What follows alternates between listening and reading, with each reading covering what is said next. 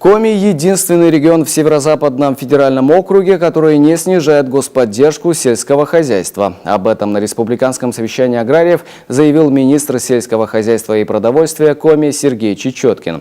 В нынешнем году финансирование отрасли останется на прежнем уровне. Правда, ощутят ее только те предприятия, которые используют субсидии эффективно. Об итогах АПК Евгений Ракин.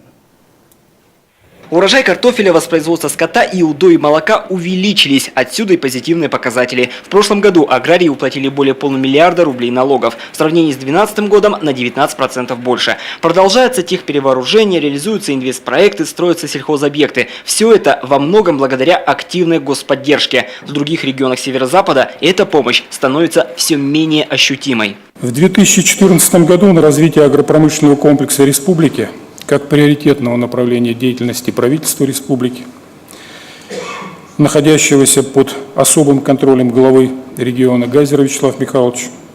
И несмотря на сложности с бюджетом республики в текущем году, будут направлены средства господдержки сельского хозяйства, как я уже сказал, не ниже, чем в 2013 году. В Коми все более популярными становятся так называемые семейные фермы. Правительство стимулирует деятельность малых форм хозяйствования с помощью грантов. В прошлом году поддержку уже ощутили 8 начинающих фермеров. По затратам, то есть 30% от моих затраченных денег, то есть получилось грантовских денег. И на техперевооружение, на оборудование тоже субсидии я получил, то есть которые очень мне помогли. То есть изначально я начал строить уже до лета, то есть мои практически деньги заканчивались, и как раз здесь, то есть я получил грант, выиграл его тоже, то есть как бы спасибо Минсельхозу, и этих денег как раз вот мне хватило закончить и запустить. В этом году господдержка обещает стать доступнее. Так, в молочном скотоводстве введены стимулирующие выплаты на прирост поголовья коров. На 6% увеличены ставки субсидий на товарное молоко, поставляемое на республиканский рынок зимой. С 1 апреля вступил в силу фактически альтернативный вариант банковским кредитам по привлечению лизинговых ресурсов. Правда, на фоне такого внимания хлебопекарни потеряли право на субсидирование.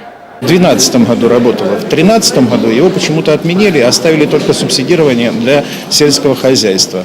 А субсидирование позволяет хлебопекарным предприятиям решать вопросы технического перевооружения, приобретения техники и оборудования, потому что на сегодняшний день цены очень, будем так говорить, дорогие. И самому это было бы неплохое подспорье для решения вот этих всех вопросов. В условиях, когда дорожает сырье и особенно энергоносители, рентабельность хлебопекарного дела на севере едва ли выходит в плюс. Впрочем, пекари не унывают и продолжают бороться за потребительский спрос, расширяя ассортимент.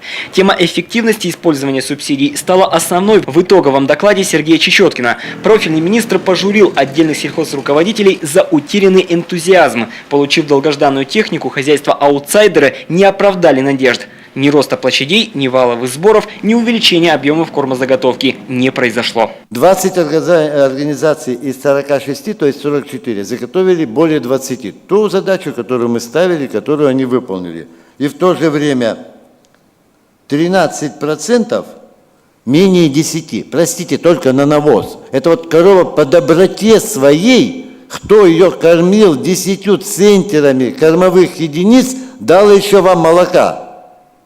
А так только на навоз хватило бы. Вот попробуйте кто-нибудь так питаться, и потом еще, извините, у второй половины попросите отдачи.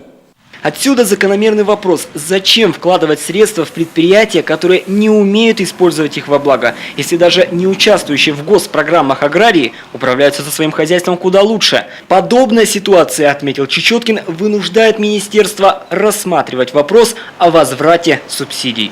Евгений Ракин, Олег Юшков, телеканал Юрган.